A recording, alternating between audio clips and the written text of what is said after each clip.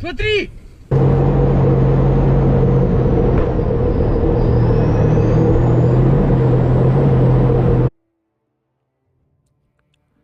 Semana del 6 al 12 de febrero. Aquí os traigo el tercer informe de la guerra de Ucrania para este canal. Y parece ser que llevamos una racha donde digo que cada semana es más importante que la anterior. Y esta sí lo parece. Como vamos a seguir la misma línea que en otros informes que he estado realizando, primero vamos a hablar de las noticias más importantes que ha habido relacionados y que influyen directa o indirectamente a la guerra en Ucrania, y después vamos a analizar el frente de combate, qué es lo que ha sucedido en el frente de combate, y de esta forma abarcamos tanto la geopolítica internacional relacionada con esta guerra como el frente de batalla en cuanto a la estrategia y la táctica. Bienvenidos a Noticias Militares. Gracias a todos los que forman parte de la comunidad de asuntos de seguridad, defensa y geopolítica en español. Hoy os traigo el tercer informe de la guerra de Ucrania, semana del 6 al 12 de febrero. Dentro vídeo.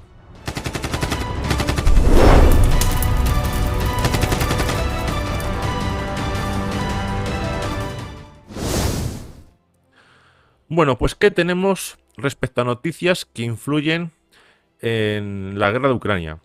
Primero, como ya os he dicho anteriormente, vamos a hablar primero de estas noticias y después vamos a ver el mapa que veis de fondo para estudiar el frente de batalla.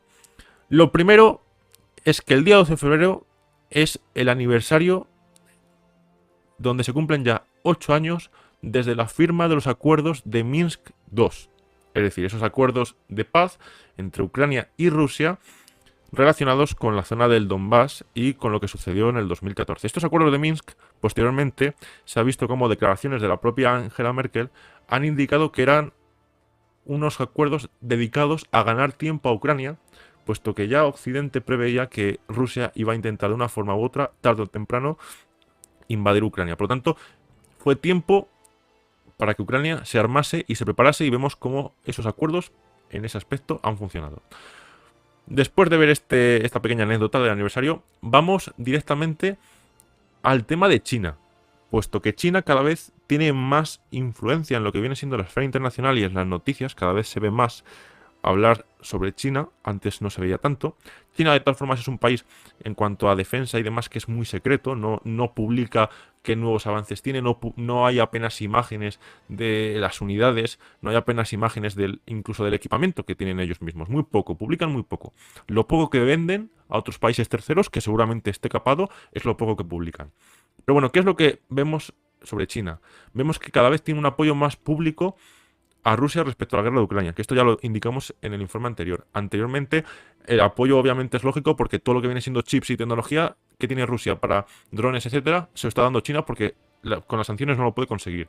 Y por tanto, de cara al público no daba ese apoyo a Rusia, pero en la realidad sí que lo estaba haciendo, pero es que ahora también lo está haciendo de cara al público.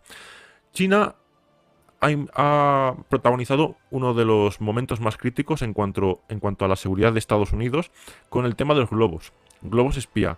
¿Hasta qué punto hay conspiraciones con estos globos? Bueno, pues no lo sabemos, pero sí que es verdad que en la administración de Biden actual de Estados Unidos se ha invertido muchísimo en vigilancia aérea. Tenemos que tener en cuenta que un avión, un dron más complicado, pero un avión y demás, eso se puede ver fácilmente con los radares de vigilancia aérea. Pero globos de este estilo, que vuelan tan alto, a más de 40.000 pies, casi como si fuese un satélite más, no a tan altura, pero para que os hagáis la idea, y con una tecnología muy potente, obviamente todo esto influye y ha hecho que durante las últimas décadas haya habido un montón de supuestos avistamientos de ovnis que ya se publicaron hace tiempo, pero avistamientos no de fulanito que estaba en su casa ha visto un ovni, no, avistamientos de la Fuerza Aérea y de Vigilancia de Estados Unidos que indicaba que había un objeto volador no identificado en su espacio aéreo. Por lo tanto, vemos que China podría llevar espiando mucho tiempo a Estados Unidos, que la administración Biden ha invertido muchísimo en esa vigilancia y que ha dado sus frutos,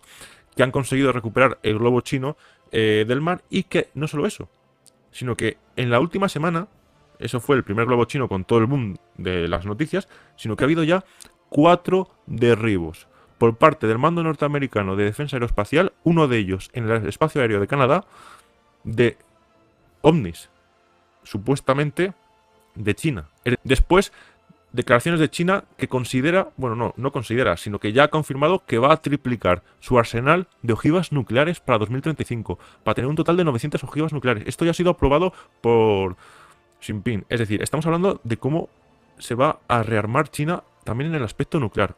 Esto es un tema muy importante, ya que hasta ahora no había habido ninguna potencia que hubiese decidido, aparte de Irán, de que Irán quiere conseguir la primera bomba nuclear, pero no de los que ya tienen bombas nucleares, conseguir más bombas nucleares. Es la primera noticia al respecto. Y ha pasado muy desapercibido por todos los medios de comunicación, pero es algo importante a destacar. ¿Qué tiene como respuesta Estados Unidos a todo esto? Que la administración de Biden se está preparando para pedir el mayor presupuesto de defensa de Estados Unidos en toda su historia. Que esto influye y mucho. También hemos visto el tema del Nord Stream 2. También hay muchas conspiraciones respecto a este tema. Todo el mundo decía al principio que obviamente ha sido Estados Unidos. Aquí hay que sospechar de todo el mundo. En el tema del Nord Stream 2, ¿de acuerdo? Tenemos que tener espíritu crítico, mente objetiva crítica. Eso de que Rusia no tenía ningún motivo para destruir Nord Stream 2 no es verdad y lo estamos viendo ahora mismo. Y es más, Rusia, ya han indicado analistas que esto ya lo hizo en Georgia. Por lo tanto, es lógico sospechar de Estados Unidos, obviamente, porque hay intereses detrás del gas, pero que Estados Unidos se arriesgue a destruir una infraestructura crítica de Alemania, uno de los países más importantes en cuanto a la Unión Europea y a la OTAN, y jugarse un conflicto diplomático tan importante en estos momentos, es complicado. ¿Que tiene la capacidad de hacerlo? Sí. ¿Que se puede sospechar de ellos? También. Pero también hay que sospechar de Rusia e incluso de otros países como Noruega, que tiene también muchos intereses económicos ahí, la verdad. Nunca lo sabremos. Eso del periodista, aunque haya ganado el premio Pulitzer y demás, que ha contado toda una historia con pelos y señales, es complicadísimo saber en tan pocos días esa historia con pelos y señales. Es decir, lo más probable es que haya sido pues más ficción que otra cosa. En tal caso podría conocer algún aspecto específico, pero para que os hagáis la idea, estudiar una escena del crimen bajo el agua es complicadísimo en comparación con lo que es en otras zonas. Después vamos a ver el tema de Moldavia. Resulta que el día 9 de febrero los servicios de inteligencia moldavos ya indicaban de que había actividad subversiva rusa en la zona de Transnistria con el objetivo de crear problemas en esa zona. Al día siguiente sobrevuela el espacio aéreo de Moldavia un misil ruso. Y ese mismo día dimite la presidenta de Moldavia, la primera ministra de Moldavia, con todo su gabinete, teniendo en cuenta que era una primera ministra y un gabinete proeuropeo. Es decir, vemos aquí acciones de Rusia que influyen geopolíticamente en la esfera de la guerra de Ucrania. Obviamente Rusia quería conseguir conquistar toda Odessa, todo Gerson, para unir, para quitar la costa a Ucrania, tener toda la costa y, obviamente, unir y juntarse con la zona de Transnistria. Por lo tanto, vemos cómo Moldavia está ahora mismo en una situación crítica. Moldavia es un país que está atado de pies y manos en cuanto a energía de Rusia. Ha recibido mucha ayuda de la Unión Europea. Pero al haber dimitido ahora mismo la primera ministra proeuropea, veremos qué es lo que sucede. La población en general está muy dividida. No está claramente no hay una población claramente ni prorrusa ni proeuropea. Están muy divididos, ¿vale? Están 50-50. Entonces, vamos a ver, porque Moldavia podría ser la segunda etapa de esta guerra de Ucrania. Respecto a la ofensiva rusa, podemos decir ya oficialmente, según los medios occidentales ucranianos, que ya ha comenzado, que además de todo esto Rusia tiene todo listo para lanzar una segunda movilización y que, como veremos después en el mapa de frente de batalla, Bakhmut está cada vez más rodeado y según indicaciones de un periodista alemán que se encuentra ahora mismo en Bakhmut, llegar a Bakhmut y salir de Bakhmut es muy peligroso y los aviones rusos están sobrevolando esas carreteras. Por tanto, ojito con respecto a eso. También, noticias a favor de Ucrania. Entrenamiento de carros de combate comienza ya. Los Leopard, además, se venden como churros. Vemos ya cómo la República Checa ha firmado un contrato de 50 carros 2A7 Leopards y Noruega de 54 carros Leopards. Por lo tanto, estamos viendo cómo Alemania le está viniendo bien económicamente el haber creado los Leopard y está vendiéndolos ahora como churros. También se ven imágenes de batallones ucranianos que se dirigen hacia el frente. Estas reuniones son peligrosas, entre comillas, pero son necesarias porque son motivacionales, se dan las últimas indicaciones y obviamente la motivación y la moral es muy importante en la guerra. También Rheinmetall, la empresa alemana de tanques Leopard, estaría pensando en enviar los últimos tanques Leopard que han creado para Ucrania. De esta forma, no solo, obviamente, apoya a Ucrania, también, si funcionan bien, puede ganar reputación aún más la empresa y venderlos más a futuro. Por lo tanto, vemos aquí como hay una doble interés de ayudar a Ucrania y de beneficiarse también la propia empresa. Y luego también la ronda de visitas que ha hecho Zelensky a diferentes primeros ministros de los diferentes países de la Unión Europea.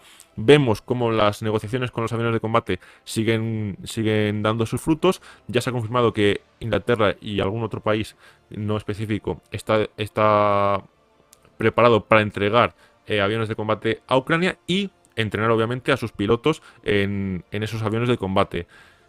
Además, otros países, como por ejemplo Italia, no va a entregar aviones de combate como tal, pero no se opone a que la Unión Europea lo haga.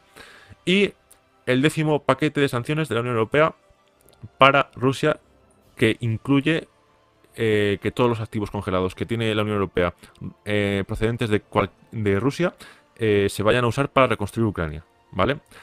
Por lo tanto, más sanciones para Rusia, aunque vemos como cada vez depende más de China, no sabemos hasta qué punto esto será bueno. Y vamos ya a lo que viene siendo el frente de batalla. Como podéis estar viendo aquí, tenemos la zona de Transnistria, que es la que querría unir en un principio Rusia, conquistando toda Odessa y toda Gerson, ¿vale? Veremos si es posible, pero vemos como aquí hay influencia de tropas rusas y esta es la zona donde ha habido acciones subversivas para desestabilizar Moldavia. Y lo ha conseguido desestabilizar Moldavia porque ha dimitido la primera ministra. Frente de combate. La zona de Bakhmut, cada vez más rodeada. Repito, cada vez más rodeada.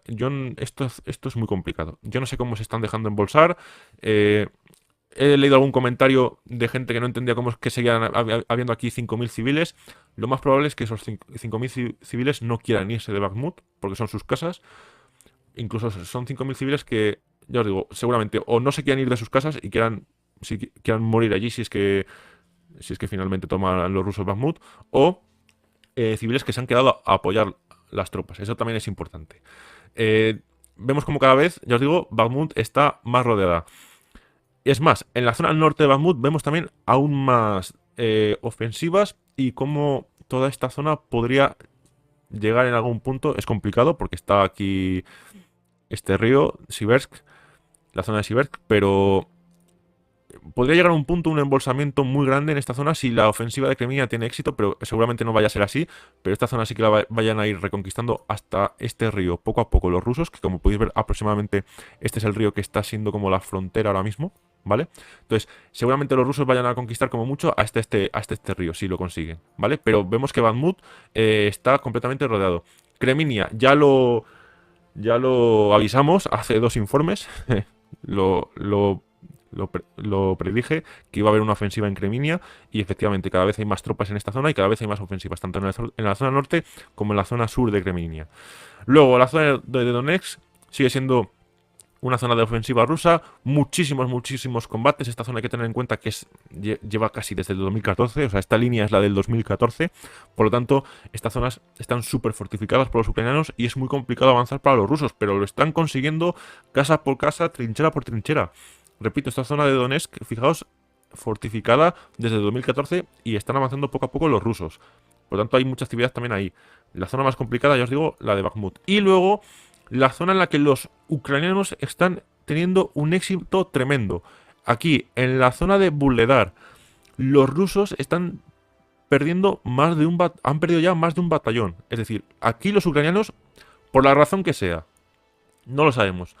Los ucranianos, en cuanto a artillería y demás, aquí están más flojos, ¿vale? Están como haciendo que Bakhmut reciba el grueso del daño y no destinando aquí toda la artillería que los ucranianos podrían destinar. Y sin embargo, los ucranianos han destinado las mejores unidades y la mayor cantidad de artillería, estamos hablando de artillería, a la zona de Vuhledar.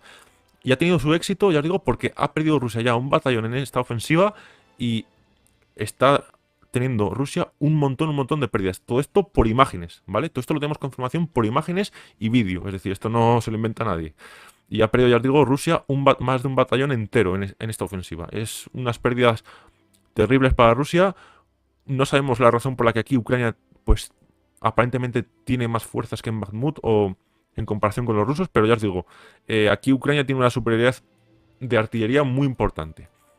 Y en la zona sur de Zaporiña las cosas se han estancado. No, parece ser que no hay ofensiva rusa en la zona de Zaporiña ahora mismo. Está muy estanco esta zona de Zaporiña. Que hubo al principio ofensiva, seguramente una pequeña ofensiva para hacer pensar a los ucranianos que aquí va a haber una ofensiva más grande e intentar engañarles y que realmente la ofensiva fuera en Vuhledar. Puede que fuese esto así, pero ya os digo, en Vuhledar los rusos han perdido una barbaridad y los ucranianos han hecho un montón de daño.